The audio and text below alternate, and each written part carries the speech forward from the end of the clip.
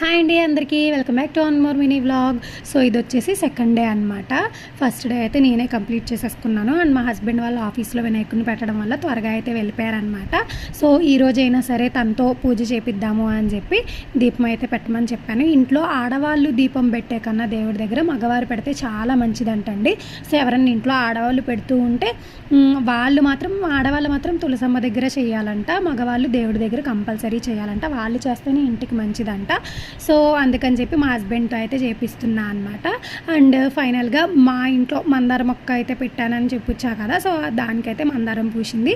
అది తీసుకొచ్చి వినాయకుడి దగ్గర అయితే పెట్టా అండి. సో చూడండి ఎంత మంచిగా అనిపిస్తుందో.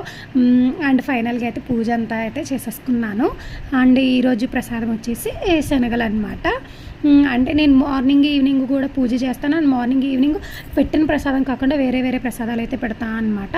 సో ఫైనల్గా అంతే అండి. ఇంక వీడియో బాయ్ బాయ్.